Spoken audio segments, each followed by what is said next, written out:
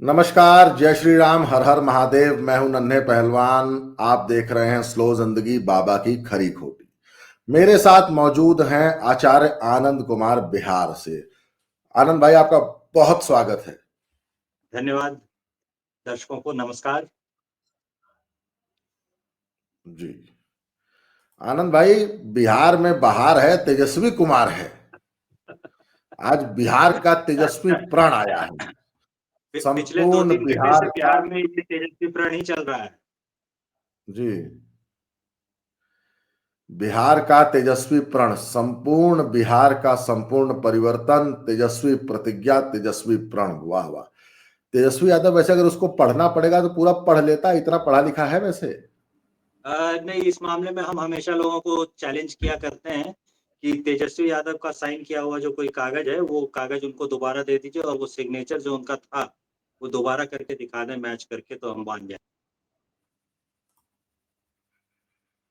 जी signature करने में तो कंफर्म पता है कि सिग्नेचर जो है ये कोई खास अच्छा नहीं कर पाते। 2 बार मैच करेगा कि नहीं करेगा पता नहीं। जहां तक ठीक ठाक मात्रा में पढ़ लेते हैं, मतलब पढ़ने में मुझे नहीं लगता कि उतनी दिक्कत होगी। 6ठी क्लास का बच्चा भी मेरे ख्याल से पढ़ लेता है। 9वीं फेल है वो, 6ठी तक तो पास है। ठीक है। पढ़ अब जरा लेते आते होंगे। हैं, मैं जरा इतना मजाक नहीं उड़ाना चाहिए। जी जी आनंद भाई। आनंद भाई, वो 7 पॉइंट की जरा बात कर लेते हैं। वो मोटे मोटे 7 पॉइंट हैं। मैं आपको पहले एक बार 7 पॉइंट बताता हूँ, फिर आप हर एक पॉइंट पे हम डिस्कस कर लेंगे। हर परिवार ठीक को है। सरकार बनने के 20 दिन के अंदर एक वो नियम कानून लाएंगे कि 20 महीने के अंदर हर एक परिवार को एक सरकारी नौकरी। जितनी जीविका दीदी थी, जो जीविका दीदी स्कीम है नरेंद्र मोदी और नीतीश कुमार की, उनको परमानेंट करेंगे और 30,000 रुपए महीना सैलरी देंगे। माई बहन मान योजना में 2500 रुपया महीना, मतलब 30,000 रुपया सालाना बहनों को, माताओं को। सोशल सिक्योरिटी में पुरानी वाली पेंशन स्कीम, विडोज और एल्डरलीज को 1500 महीना, और हर साल 200 रुपए बढ़ाएंगे। मतलब पहले साल 1500 रुपए महीना देंगे, दूसरे साल 1700, तीसरे साल 1900, 2100, 2300 रुपए। डिसेबल्ड को 3000 महीना, 200 यूनिट बिजली फ्री, 25 लाख रुपए का हेल्थ कवर हर एक परिवार, अरे हर एक व्यक्ति के लिए, इंडिविजुअल के लिए। गवर्नमेंट और सरकारी स्कूल में फ्री एकदम भाई, वाह। सीजीएसएस मॉडल पे कह रहे हैं तेजस्वी तो भाई वेरी गुड। और लास्ट में रिजर्वेशन की लिमिट 50 से बढ़ा के 60। जो अभी पंचायत और अर्बन बॉडीज में 20 है, उसको 30 करेंगे शेड्यूल्ड कास्ट के लिए। वैसे ही 16 का 20 कर देंगे एसटी के लिए। किसानों के लिए एमएसपी, मंडियों को फिर से चालू करेंगे, हैं मतलब वाह। 300 रुपए मनरेगा, 300 रुपए डेली मनरेगा, 200 दिन का काम। वैसे एक बात है, मतलब और ओल्ड पेंशन स्कीम लागू कर देंगे। एक बात है आनंद भाई, लड़का मतलब वाह, लड़का मतलब एकदम कमाल किया है, वैसे दिमाग लगाया है। नहीं, लालच देखिए पूरा। केजरीवाल की जो टीम थी ना, जिसने केजरीवाल के जो चुनावी वादे थे उसको डिजाइन किया था, उस टीम को मेरा ख्याल है कि तेजस्वी यादव ने हायर कर लिया है और ये सारे वादे उनसे लिखवा लिए हैं। क्योंकि ये जो वादे हैं ये सुनने में तो बड़े अच्छे लगते हैं, लेकिन इनमें से प्रैक्टिकल इम्प्लीमेंटेशन, आप एक को भी कॉपी करके इम्प्लीमेंट करना चाहें भारत में या बिहार में, तो भारत के किसी भी राज्य में इनका जो इम्प्लीमेंटेशन हुआ है उसका नतीजा एक बार अगर आप देख लें तो आपको तुरंत समझ में आ जाएगा कि इसका क्या होने वाला है। उदाहरण के तौर पे आप देखिए कि ये जो ओल्ड पेंशन स्कीम है, इसको लागू करने की बात है, तो ये ओल्ड पेंशन स्कीम अभी थोड़े दिन पहले कहां लागू की गई है? थोड़े दिन पहले हिमाचल प्रदेश में लागू की गई है। और हिमाचल प्रदेश में सरकारी जो कर्मचारी हैं उनको सैलरी मिलने तक बंद हो चुके हैं, मतलब पैसे वैसे नहीं है सरकार के पास। जो कांग्रेसी सरकार को पैसे नहीं है, अब सैलरी नहीं मिलेगी। तो हिमाचल में ये स्थिति है। तो ओल्ड पेंशन स्कीम लागू करके अगर बिहार में आप शुरू कीजिएगा, तो बिहार में तो स्थिति पहले ही यही थी। तो जंगल राज का जो दौर था उसमें जो होता था, प्रोफेसर लोगों को याद होगा, जो लोग प्रोफेसर हैं अभी भी नौकरी में होंगे उनमें से कई, इतने ज्यादा साल नहीं हुए, तो उनमें से कई जो प्रोफेसर हैं अभी भी वो लोग बाकी हैं, कई उसमें से जो स्कूल के शिक्षक हैं वो लोग अभी भी नौकरी में बाकी हैं। इन सभी लोगों को बहुत अच्छी तरह याद है कि राजद का जो जंगल राज होता था उसमें सैलरी नहीं मिलती थी, कई कई महीने तक नहीं आती थी। मोहल्ले का जो किराने का दुकान वाला था ना, वो अगर उधार देना बंद कर देता तो घर में चावल दाल नहीं होता। वो तो बिहारियों की मंशा जो होती है ना, वो हम लोग किसी को भूखे नहीं मरने देते, पड़ोसियों को देख लेते हैं कि पड़ोसी बेचारा भूखा न सो रहा हो। तो इसकी वजह से जो स्कूल के शिक्षक थे, कॉलेज के प्रोफेसर थे, उन लोगों के घर में रोटी दाल की दिक्कत नहीं हुई। ऊपर से ये लोग शिक्षक होते थे तो सम्मान समाज में थोड़ा ज्यादा होता था, पैसे इनसे मांगे नहीं जाते थे। लोग पता कर लेते थे कि सैलरी आई क्या, सैलरी आई क्या। अच्छा 4 महीने बाद सैलरी आई है तो प्रोफेसर साहब आएंगे ही, मास्टर साहब आएंगे ही और पैसे दे करके जाएंगे। तो इस तरह से जो है वो पैसा दिया जाता था। ये करके देखा हुआ है, मतलब इंजीनियर्स ने करके देखा हुआ है, क्लर्क्स ने करके देखा हुआ है, शिक्षकों ने करके देखा हुआ है, कॉलेज के प्रोफेसर्स ने करके देखा हुआ है। जंगल राज के दौरान 4-4 महीने तक जब सैलरी नहीं आती थी तो दुकान से कैसे उधारी चलती थी, ये इसका प्रैक्टिकल एक्सपीरियंस लालू यादव के राज के दौरान, राबड़ी देवी के राज के दौरान प्रैक्टिकल एक्सपीरियंस इस चीज का जो है ना वो इन लोगों को है।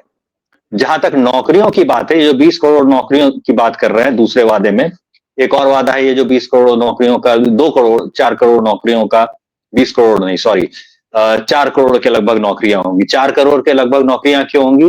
तो 4 करोड़ के लगभग नौकरियां इसलिए होंगी क्योंकि अगर आप मान लें कि एक परिवार में 4 से 5 लोग होते हैं तो पूरे बिहार में कम से कम 4 से 5 करोड़ परिवार होंगे, क्योंकि आबादी जो है वो 14 करोड़ के आसपास पहुंच चुकी है। आनंद भाई आपकी बात को काटूंगा, छोड़िए 4 करोड़, 1 करोड़ नौकरी की बात करते हैं। हम लोग मान लेते हैं कि 20 लोगों का एक परिवार हो, 20 करोड़ जनसंख्या है बिहार की आज, तो 1 करोड़ नौकरी, मतलब इंडियन रेलवेज और इंडियन आर्मी मिला के 27-28 लाख नौकरी है बस। सबसे बड़े एम्प्लॉयर हैं इंडिया के दोनों। और ये चीज देखिए, ये चीज बिहार के लोगों को बहुत अच्छी तरह मालूम है, क्योंकि बिहार के लोग जो होते हैं वो जॉर्ज फर्नांडिस से बड़े अच्छे तरह से परिचित होते हैं। और जॉर्ज फर्नांडिस का एक राजनीतिक कारनामा था, उन्होंने रेलवे की हड़ताल करवा दी थी। तो एक साथ 6 लाख कर्मचारी हड़ताल पे उतर जाए, ऐसा कभी नहीं हुआ था। तो सबसे बड़ी हड़ताल थी, तो 6 लाख कर्मचारी जो हड़ताल पे उतर गए थे, उससे ही लोगों को अंदाजा है कि पूरे रेलवे में जब 10 लाख 12 लाख लोग काम कर रहे होते हैं पूरी रेलवे में, पूरे भारत भर में, तो भाई आप जो ये 1 करोड़ नौकरी, क्या पूरे बिहार में 48 लाख सरकारी नौकरियां हैं अभी, आप 48 लाख को दोगुना कर देने की बात कर रहे हैं अगर 1 करोड़ भी करेंगे तो ये कहीं से भी पॉसिबल नहीं है। तो ये दूसरा वादा था जो कि पॉसिबल नहीं है। मतलब पहला वाला जो ओपीएस है पेंशन वाला, वो पॉसिबल नहीं है। दूसरा ये नौकरी वाला जो है, ये 4 करोड़ नौकरियां किसी तरह से पॉसिबल नहीं है। 4 करोड़ 3 करोड़ 2 करोड़ 1 करोड़ जो भी हो, ये पॉसिबल नहीं है, नहीं हो सकता। तीसरा एक वादे की औकात तो मैं खोल देता हूं। पंजाब सरकार 300 यूनिट बिजली शायद फ्री देती है, ये दिल्ली में भी देती थी। 3.25 लाख करोड़ का कर्जा है केंद्र सरकार का, और वही उत्तर प्रदेश आज रेवेन्यू सरप्लस स्टेट हो गया है, और अच्छा खासा सरप्लस, ये नहीं थोड़ा बहुत। पंजाब में मेडिकल कॉलेजेस का ये हाल है कि दवाइयां नहीं है, सिर्फ और सिर्फ एक चीज, ये फ्री बिजली के चक्कर में। अब फ्री बिजली का आपको खेल बताता हूं। मान लीजिए आपका पटना में घर है, या आपका जलंधर में घर है, लुधियाना में आपका घर है, और 3 मंजिला मकान है। तो करते क्या है, नीचे वाली मंजिल पे तो जो आपके पिताजी अगर जिंदा हैं, जीवित हैं, तो उनके नाम का कनेक्शन, बीच वाली मंजिल पे आपके नाम का कनेक्शन, और ऊपर वाली मंजिल पे अगर आपके घर में आपके भैया हैं या भाभी हैं या माताजी हैं या आपकी पत्नी है, कोई ना कोई तो है ही उनके नाम का कनेक्शन। और आजकल बिजली विभाग वाले खुद ये काम करके जाते हैं कि बाबूजी जब देखिएगा कि ये बच्चों वाली हरामखोरी है। आप बिहार नहीं आए हैं, बिहार आए भी हैं तो आपने गांव नहीं देखे हैं। हम आपको बढ़िया वाली हरामखोरी बताते हैं। वो क्या करेगा, किसान को आप कहेंगे कि सब्सिडी में बिजली मिलेगी क्योंकि उसको मोटर चलाना है, ठीक है, तो वो किसान क्या करने वाला है, वो किसान अपने खेत पे एक कमरा बनाएगा, उस कमरे में वो एसी लगवाएगा, उस कमरे में मोटर लगा होगा, और पूरे दिन उस खेत के उस कमरे में बैठ करके वो और उसके 4 यार, गांव के 4 के 4 निठल्ले बैठ करके ताश खेलेंगे एसी चला के। और उसका सब्सिडी जो है वो सरकार भर रही होगी। और ये होगा, लिख करके रख लीजिए, ये होगा। अगर अभी बिहार में चेक कर देना तो अभी बिहार में ये होता हुआ दिख जाएगा कुछ घरों में। तो बिजली सब्सिडी का ये होने वाला है। अच्छा, इससे मजेदार चीज सुनिए, सरकार कितनी चतुर होती है वो भी समझ लीजिए। सरकार इतनी चतुर होती है कि अभी जो 125 यूनिट फ्री आता है वो 125 यूनिट तक फ्री है। अगर 126 यूनिट हो गया ना तो वो पूरे 126 यूनिट का बिल जो है ना वो आपको आ जाएगा। 127 यूनिट हो गया तो 127 यूनिट का आ जाएगा। 200 यूनिट अगर फ्री दे रहे हैं वो कह रहा है ना, तो 200 यूनिट तक 198 यूनिट 199 यूनिट तक जब तक हुआ है बिजली का बिल, तब तक तो आपका बिजली का बिल फ्री है। लेकिन अगर 205 यूनिट हो गया कहीं गलती से तो पूरे 205 यूनिट का बिल लगेगा। ऐसा नहीं है कि ये 200 सबसे यूनिट बड़ी- या ये 5 यूनिट। सबसे बड़ा धोखा है, यही सबसे बड़ा धोखा है। अरे अगर 200 देना तो 200 फ्री दो, अगर उसके बाद 5 यूनिट 100 यूनिट एक्स्ट्रा उसका पैसा ले लो। पब्लिक को उसका कैसे धोखा दिया जाता है ये है। तो ये जो सरकार चूतिया बनाने का स्कीम लेकर के आती है, ये चूतिया बनाओ स्कीम है। तो ये तीसरा वाला था। तो इसके बाद हम लोग आते हैं चौथे वाले पे। चौथा वाला जो है वो उससे भी भयानक है। चौथे वाले में कह रहे हैं कि 5 डिसमल जमीन दे देंगे। अब भैया बिहार के साथ क्या है ना कि हम लोग को हिसाब पता होता है 5 डिसमल का मतलब कितना होता है। 1 डिसमल जो होता है ना वो 450 के आसपास का होता है। 5 डिसमल जो होता है वो होगा 2177, करीब करीब 2200 स्क्वायर, मान लीजिए 2200 स्क्वायर फीट। 2200 स्क्वायर फीट जितना बड़ा एक नॉर्मल अपार्टमेंट का फ्लैट होता है ना उतना बड़ा होता है 2200 स्क्वायर फीट। इतनी जमीन 5 डिसमल जमीन आप गरीब परिवारों को, जो बेघर परिवार हैं उनको फ्री में देने की बात कर रहे हैं। बहुत अच्छी बात है, देना चाहिए, बिल्कुल दीजिए भाई। 5 डिसमल फ्री दे दीजिए, 2 कमरे बना के वो रहेगा। लेकिन 5 डिसमल फ्री देने का मतलब होता है 1 एकड़ में 43,000 स्क्वायर फीट के लगभग जमीन होती है। 20 लोग तो 20 लोगों के लिए आपने किया 1 एकड़ में, यही किया ना। तो 20 लोगों के लिए अगर अब एक शहर में आनंद भाई कम से कम 20,000 गरीब लोग तो होंगे ही, किसान जमीन विहीन लोग। मिनिमम 20,000 मान लिया। 20,000 की हम बात ही क्या कर रहे हैं, हम तो 200-2000 की बात कर रहे हैं ना। 200-500 लोगों को भी घर बना करके दोगे और उसका एक आयोजन करके दिखाओगे।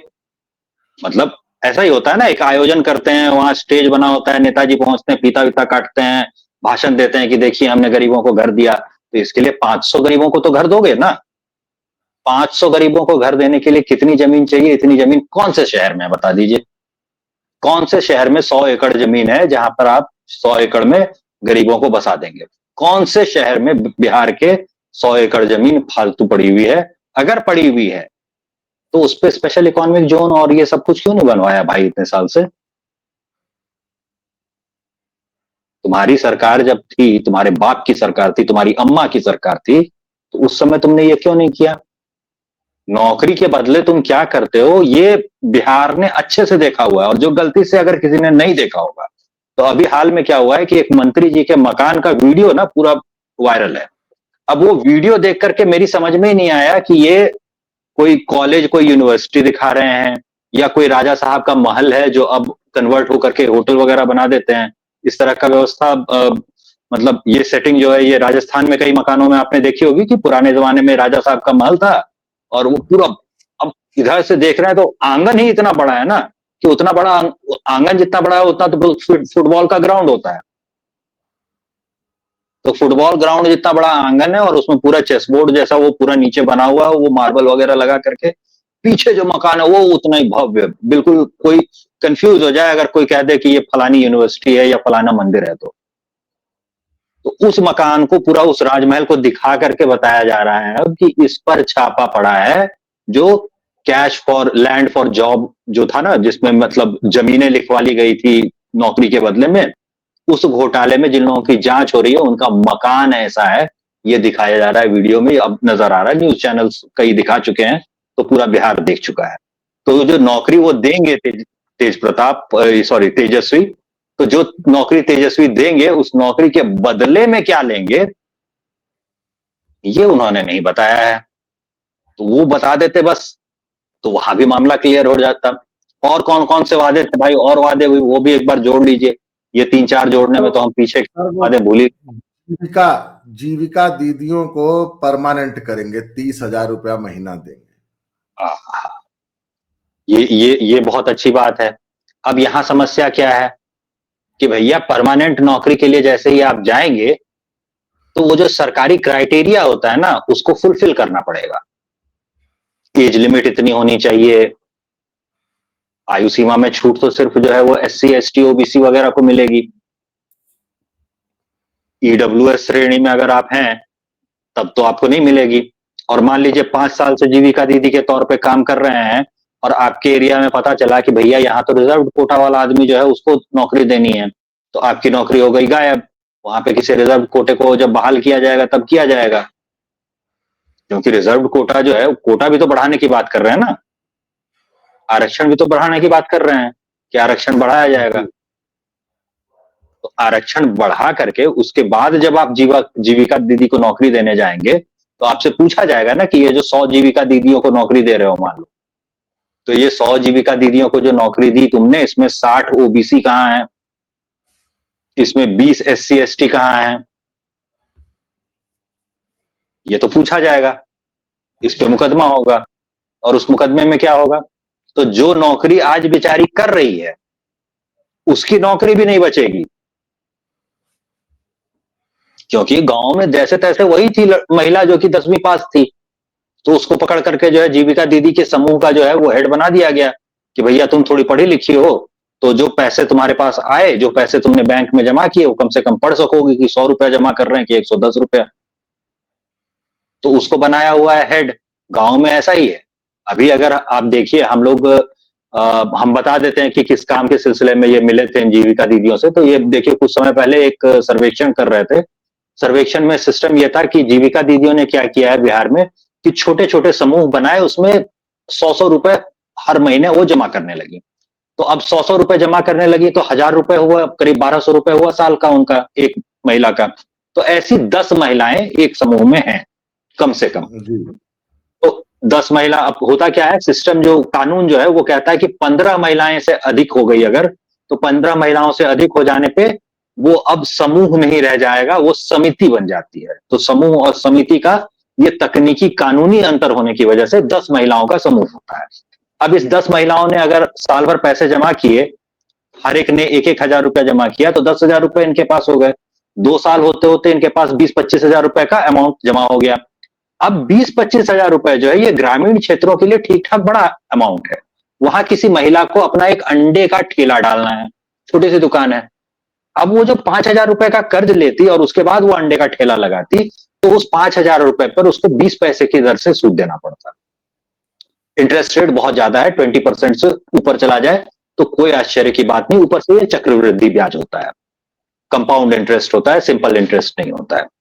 तो इस इंटरेस्ट वाले में अगर आप एक बार घुस गए तो बहुत बड़ी आफत होती है। यहां क्या हुआ, ये 5,000 रुपए जीविका समूह ने अपने आप ही दे दिए, तो इस वजह से ये फायदा हुआ। और कुछ महिलाएं जो है वो छोटे छोटे ऐसे ही, कोई अंडे का ठेला लगाने लगी, कोई सब्जी बेचने लगी, कोई फिर जो है छोटी मोटी दुकानें करने लगी, किसी ने मशरूम वगैरह का काम शुरू कर दिया, कोई बकरी पालन में जुट गई।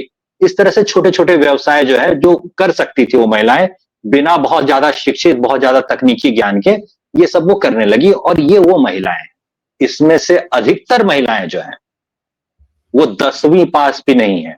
आप नौकरी कैसे देंगे इनको? 6ठी पास का सर्टिफिकेट नहीं है इनके पास। 6ठी पास का सर्टिफिकेट छोड़िए, मैं अपने वीडियो दिखा देता हूं महिलाओं से बात करते हुए, आपको नजर आ जाएगा। ये महिलाएं जो है वो 2-4 शब्द जो बड़े बड़े लिखे होते हैं ना अखबारों की हेडलाइन में, वो पढ़ पाए, कैसे मुश्किल से पढ़ पाती हैं वो भी आपको नजर आ जाएगा। इसको सरकारी नौकरी जैसे ही बात करेंगे तो आपको कागज की जरूरत पड़ेगी। आप जीविका दीदी को सरकारी नौकरी नहीं दे सकते, 30,000 रुपए की सैलरी उसकी नहीं कर सकते, आपको हर कानून बदलना पड़ेगा। उतने कानून बदलने में तो मोदी पागल हो जाएगा। 1800 कानून खत्म किए हैं ना मोदी ने। 1800 कानून खत्म होने पर क्या बदलाव आया वो आपको फील हो रहा है। इतने कानून खत्म अगर बिहार का कोई कर दे तो उसे तो संविधान का हत्यारा फिर बताया जाने लगेगा। इतनी बार संविधान बदलना पड़ेगा जी।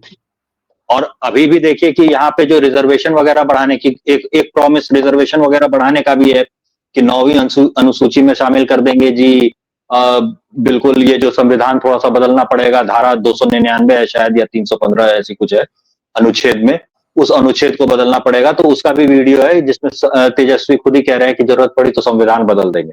तो भैया संविधान बदलने की बात तुम कर रहे हो एक तरफ, और तुम्हारी तरफ दूसरी तरफ तुम्हारा जो सहयोगी है वो संविधान लहरा के कहता है आप तो संविधान बचाने आए हैं।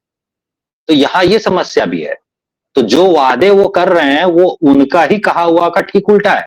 संविधान बदले बगैर आप रिजर्वेशन नहीं बढ़ा सकते, क्योंकि जैसे ही आप बढ़ाएंगे, ये जो 20% ही कर देने की बात कर रहे हैं ना एसटी के लिए, तो बिहार में अभी जो जातीय जनगणना हुई है उसमें एसटी आबादी 17% है। तो 17 से 21% अगर कोई है और उतना ही इक्वल रिजर्वेशन उसको दे दिया जाए, आप ये नहीं कर सकते। जहां वो लिखा हुआ है कि रिजर्वेशन मिलेगा, वहां लिखा है कि उचित अनुपात में मिलेगा। उचित अनुपात का मतलब होता है आप 50% तक दे सकते हैं। जितनी आबादी है, अगर 17% आबादी है या 20% आबादी है तो 10% का रिजर्वेशन देते हैं, ठीक है। इससे ऊपर का रिजर्वेशन अगर है तो वो मामला सुप्रीम कोर्ट में जाएगा ही जाएगा, कोई ना कोई उसको लेकर के जाएगा, और जैसे ही सुप्रीम कोर्ट में जाएगा तो पुराने जो फैसले हैं उनमें यही लिखा हुआ है। तो नया फैसला जो आएगा वो उसी के आधार पे आएगा, उससे वो क्या देगा कि नहीं भैया ये नहीं पढ़ सकता 20%, पिछली बार करके देख चुके हैं, अगली बार करेंगे, अगली बार फिर से वही होगा। अगली बार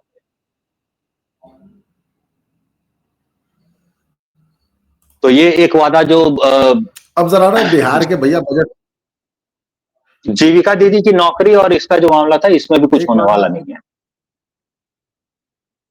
जी। नरेगा मनरेगा वैसे देखिए फेल स्कीम है, तो पूरे इंडिया में बुरी तरह फेल है, उस पर बात करना, चर्चा करना, इस समय को व्यर्थ करना है। अब मैं आता हूं आनंद भाई जरा बिहार के बजट पे। 3,16,000 करोड़ का बजट है, पिछले साल से इस साल 38,000 करोड़ बढ़ा है। ये तेजस्वी यादव ने जितनी स्कीम्स बताई है ना आनंद भाई, ये 1,00,000 1,50,000 करोड़ की स्कीमें बता दी है इसने। एक हमारा आध 1.5 एनुअल लाख बजट मतलब नहीं, वो हमने जोड़ के देख लिया है, सीधे 10 गुना है। मतलब 4 लाख से नहीं, मैं 40 लाख नौकरियों की की बात नहीं, मैं नौकरियों की इस बात नहीं कर रहा हूं, उसमें नौकरियों का ऐड नहीं कर रहा। नौकरी और नौकरियों के जमीन, अलावा महंगी चीजें हमने हटा दी है, नौकरी हमने हटा दी है, जमीनें हमने हटा दी है। तो दोनों महंगी चीजें जो हाँ थी वो हमने हटा दी है। उसके बाद हम कह रहे हैं कि जो बजट है उसका 10 गुना करोगे ना तो भी नहीं पूरा होगा। मतलब पैसे जीविका मतलब दीदी को जितने देते हैं ना वो नहीं पूरे पड़ेंगे। हाँ, जीविका दीदी का ही मैं देख रहा हूँ 54,000 करोड़ का बजट हो जाएगा। अगर 1.5 लाख महिलाएं जुड़ी हैं और 1.5 लाख महिला पे एक वो उनकी हेड है, हैं? 10 गुना है तो 4 लाख से 40 लाख पे पहुंचोगे। 54 करोड़ तो हाँ जीविका दीदी का बजट है, कहां से होगा? हाँ, सही बात है। मतलब मानना पड़ेगा कि एकदम मतलब तेजस्वी भाई कुछ ज्यादा इनका मैथ्स और इकोनॉमिक्स। ज्यादा नहीं है ये, सीधे सीधे जो केजरीवाल का बजट था ना, जो केजरीवाल के वादे थे, ये उसका कॉपी पेस्ट है। ये सारे के सारे वादे ऐसे हैं जो सुनने में बहुत अच्छे लगते हैं, तुरंत लालच आ जाता है, और कोई भी कम पढ़ा लिखा गधे किस्म का जो आदमी होगा वो तुरंत लालच में पड़ जाएगा, अरे सरकारी नौकरी मेरे घर में। अरे भैया तुम्हारे घर में तुमने अपने बच्चों को स्कूल नहीं भेजा है, लात मार मार के तुम्हारे घर पे आकर के तुम्हारा जो मास्टर है ना, उस मास्टर की सैलरी पे ये लिखना पड़ा है कि बेटा तुम्हारी सैलरी कट जाएगी अगर तुम घर घर जाके बच्चों को नहीं लेकर के आए। वो मास्टर तुम्हारे घर तक आता है तब तुम्हारे बच्चे को स्कूल लेकर के जाता है। इस तरह करके इकट्ठा करता है वो बच्चों को स्कूल में, उसके बाद वो पढ़ाता है।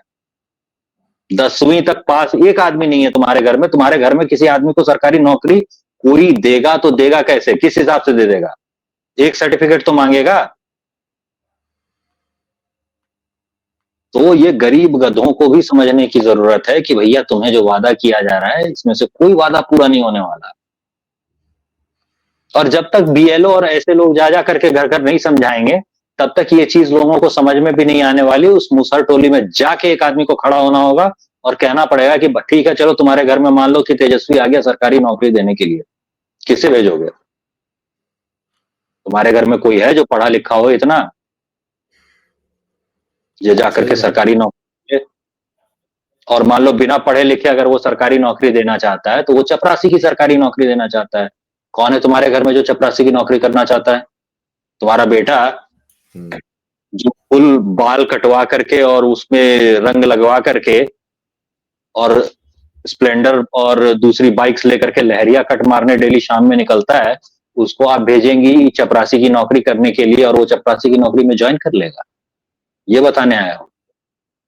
तो बीएलओ और ऐसे जितने भी लोग हैं, उन लोगों को जब गांव में जाना है या फिर जो ब्लॉक लेवल पे या फिर जिसको पोलिंग एजेंट, बूथ एजेंट कहते हैं, वैसे लोगों को घर घर जाकर के बताना पड़ेगा कि भैया ये है हिसाब किताब। जब तक ये नहीं करते तब तक दिक्कत होगी। तो ये भाजपा के लिए भी बड़ी चुनौती है कि वो भाजपा और जदयू के लोग जो हैं वो घर घर जाकर के लोगों को बता पाए कि हिसाब ये है भाई। तो इसके लिए अखबार को इस्तेमाल करना होगा, मीडिया के और जो माध्यम है उनको इस्तेमाल करना होगा और उनके माध्यम से भाजपा और जो दूसरी जो अभी रूलिंग पार्टी है जिसको कह लीजिए, उस रूलिंग पार्टी के सभी लोगों को जा करके सब लोगों को बताना होगा कि हिसाब किताब ये है भाई। जब तक ऐसा नहीं करेंगे तब तक इन लोक लुभावन वादों के चक्कर में दो चार लोग बेवकूफ बन जाए, ऐसा होगा और ये छूट नहीं दी जा सकती। ये स्कोप बिहारियों के पास नहीं है कि बिहारी फिर से जंगल राज को इनवाइट कर दें। तेजस्वी यादव थोड़ा सा भी अभी वाली पोजीशन से मजबूत अगर हो गया तो 17 महीने का जो शासन था उसमें देख चुके हैं। यहां पटना में 20 सड़क पे मारपीट कर रहे होते थे, डीएसपी साहब खदेड़ रहे थे अपराधी को, क्योंकि अपराधी जो था वो बोरिंग रोड में गोली चला रहा था और पुलिसकर्मी जो थे ना उनके साथ वाले वो सबके सब भाग गए। उसके बाद जो है जो शाम में भाई डीएसपी साहब अकेले दौड़ करके कहां पकड़ पाते, तो मोटरसाइकिल सवार बदमाश थे वो भाग गए, भागने में उस समय कामयाब हो गए। बाद में डीएसपी साहब जब लौट करके आए और पूछा कि भैया 112 पे जब कॉल कर रहे थे तो कोई आया क्यों नहीं, तो 14 पुलिसकर्मियों को सस्पेंड किया। यहां पटना शहर में हो रहा था ये सब, और कौन कर रहा था ये हरकतें ये सब लोग जानते हैं। सबूत नहीं है, गवाह नहीं है, वीडियो नहीं है, लेकिन जानते नहीं है लोग, ऐसा थोड़ी है। पता तो सबको है कौन चला रहा था गोली। तो यहां स्थिति यह है कि भैया सबको ये समझ में आता है कि अगर थोड़ा सा मौका इनको मिला, आप देख लीजिए अभी जो यूट्यूब वगैरह पे आपको दर्जन भर गाने मिल जाएंगे, जो गाने अगर अभी आ रहे हैं भोजपुरी वगैरह में, उसमें राजद समर्थक क्या गा करके बता रहे हैं, तेजस्वी के सरकार आई है और फलना रंगदार है ये जो स्टेज पर कट्टा लहरा लहरा के गाया जा रहा है ये बस वानगी है। आप सोच लीजिए कि आप जिन लड़कियों को साइकिल दे करके नीतीश बाबू रेडी हो गए हैं, वो लड़कियां स्कूल कैसे जाएंगी जब वो लुंगी पहन के कट्टा लहरा करके चौराहे पे तेजस्वी सरकार आई है और यादव रंगदार आई है गा रहा होगा, उस समय ये लड़कियां स्कूल कैसे जाएंगी, ये आप सोच करके देख लीजिए। बिहार में जितने सोशल एक्टिविस्ट हैं उनसे पूछेगा तो आपको तुरंत पता चल जाएगा। जो भी दलित एक्टिविस्ट लीगल केसेस के लिए काम करता है, SC/ST एक्ट के लिए काम करता है, उसको खड़ा कीजिए, ऑन कैमरा पूछ लीजिए, वो तुरंत बता देगा कि 80% जो मामले आते हैं वो या तो यादव होता है या कुर्मी होता है। SC/ST एक्ट के मामले में देख लीजिए कि क्या है अपराधियों की जाति।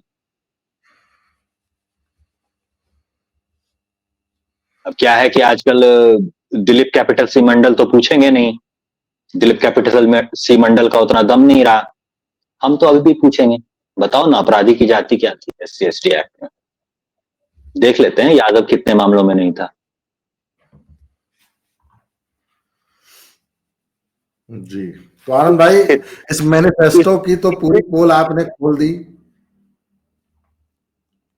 तो इस मैनिफेस्टो में ऊपर से नीचे तक ऐसा कुछ भी नहीं है जिसको 5 मिनट भी अगर सोचा जाए जिसके बारे में तो वो सही लगे। मतलब आज रात जिस समय आया है उस समय भले भाजपा जो है वो थोड़ा सा इसको देख करके पढ़ने वढ़ने की कोशिश करती हुई दिखे, एक रात जो है आपको इस पर आरजेडी समर्थक जो है वो हो करते हुए दिखे, लहालोट होते हुए दिखे, लेकिन कल सुबह होते होते आप देखेंगे कि इसके हर छेद पर बात होनी शुरू हो गई है। कोई ऐसा इसमें वादा ही नहीं है जो वादा पूरा किया जा सकता हो। तो पूरी की पूरी तरह ये लोक लुभावन नीतियों का एक प्रिंट आउट निकाल करके तेजस्वी यादव ने पब्लिक को थमा दिया है। और उनका साथ देने वाले कौन लोग हैं, तो उनका साथ देने वाले भी वैसे ही लोग हैं। इसमें देखिए कुछ जो गलत चीजें हो रही हैं उसको भी आपको देखना पड़ेगा। जैसे छात्रों को कहा जा रहा है कि अब आप बिना टिकट जो है वो परीक्षा देने जा सकते हैं, तो ये फ्री सर्विस सिखाना, इसको हम लोग किसी भी तरह से सही नहीं मान सकते। मुफ्त में आप ट्रेन में सवार हो जाएं, मुफ्त में आप, ये गांधीवादी सिद्धांतों के बिल्कुल खिलाफ है।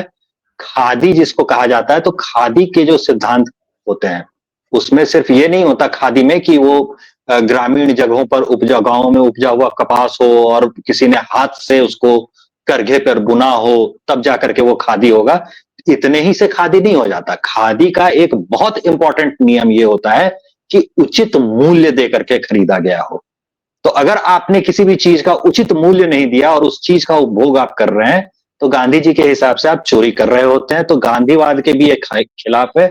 गांधी या फिर जेपी जो होते, वो दोनों इस बात से बिल्कुल सख्ती से मना करते कि भैया छात्रों को अगर कहा जाता कि बिना पैसे दिए तुम ट्रेन में सवार हो जाओ, तो जेपी उतर करके खुद खड़े होकर के उतार देते ट्रेन से छात्रों को और कहते कि नहीं, मुफ्त में नहीं लेना। हम भिखारी नहीं हैं, हम लुटेरे नहीं हैं, हम क्यों लें मुफ्त में। भिखारी और लुटेरे यही दो लोग मुफ्त में लेते हैं ना, और कौन लेता है।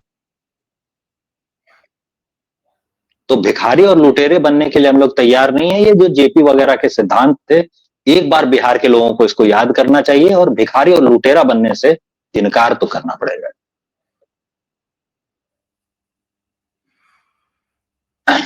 तो ये सबसे पहले उनको, बिहारियों को खुद ही सोचना है, खुद ही समझना है। सुबह तक का हम लोग इसको समय दें, सुबह तक के अखबारों में भी इसकी काफी एनालिसिस आएगी, तो हम लोग सुबह कल देखते हैं। उम्मीद तो ये की जानी चाहिए कि मीडिया जो है वो इसमें जो जितने छेद हैं उसको दर्शाएगी, बताएगी। लेकिन अगर ना भी बताए तो कोई बहुत आश्चर्य नहीं होगा। पैसे की महिमा जो होती है वो बहुत होती है, ये हम लोग जानते हैं। तो देखते हैं, कल सुबह तक हम लोग देखते हैं और फिर बात करते हैं कि क्या हो पाया।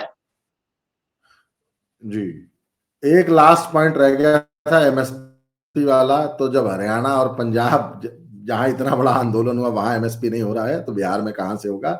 बाकी हाँ, मंडी सिस्टम अगर भाई लागू हो जाए तो बहुत अच्छी बात है, कि उससे किसानों का बहुत भला तो नहीं होता है, लेकिन फिर भी काम चलता रहता है। आनंद भाई, आपने समय दिया उसके लिए बहुत बहुत धन्यवाद। तेजस्वी की ऐसे ही पोल खोल, इंडिया अलायंस की ऐसे ही पोल हम खोलते रहेंगे। जी जी, इसमें अभी देखिए, कुछ कह रहे थे आप। हाँ, 32 मिनट हो गए, इसीलिए चलिए अभी के लिए इस चर्चा को विराम दिया जाए। नहीं तो कृषि पर एक अलग से बात हो सकती है। अलग से बात इसलिए क्योंकि आरजेडी के ही जो सुधाकर सिंह जिस समय कृषि मंत्री हुआ करते थे, उस समय करीब करीब इस सारी चीजों की उल्टी बातें वो हमसे ही कर चुके हैं। जी, तो हमसे ही बैठ के बात कर रहे थे और जितनी चीजें इसमें लिखी हुई हैं उसका एग्जैक्टली उल्टा सुधाकर सिंह मेरे सामने बोल चुके हैं। तो खुद राजद के लोग इन बातों से कितने सहमत हैं, कृषि के जो नियम बदलने की ये लोग बात कर रहे हैं या नई चीजें लाने की बात कर रहे हैं, उसके बारे में भी हम लोग आगे कभी बात कर लेंगे, कल सुबह या कभी हम लोग देख लेंगे इसको एक बार, क्योंकि इस पे थोड़ी सी और चर्चा तो चाहिए। जी आनंद भाई, आपने समय दिया उसके लिए बहुत बहुत धन्यवाद। तेजस्वी और इंडिया अलायंस की पोल खोल ऐसे ही चालू रहेगी। आनंद भाई, धन्यवाद। जय श्री राम। जय श्री राम।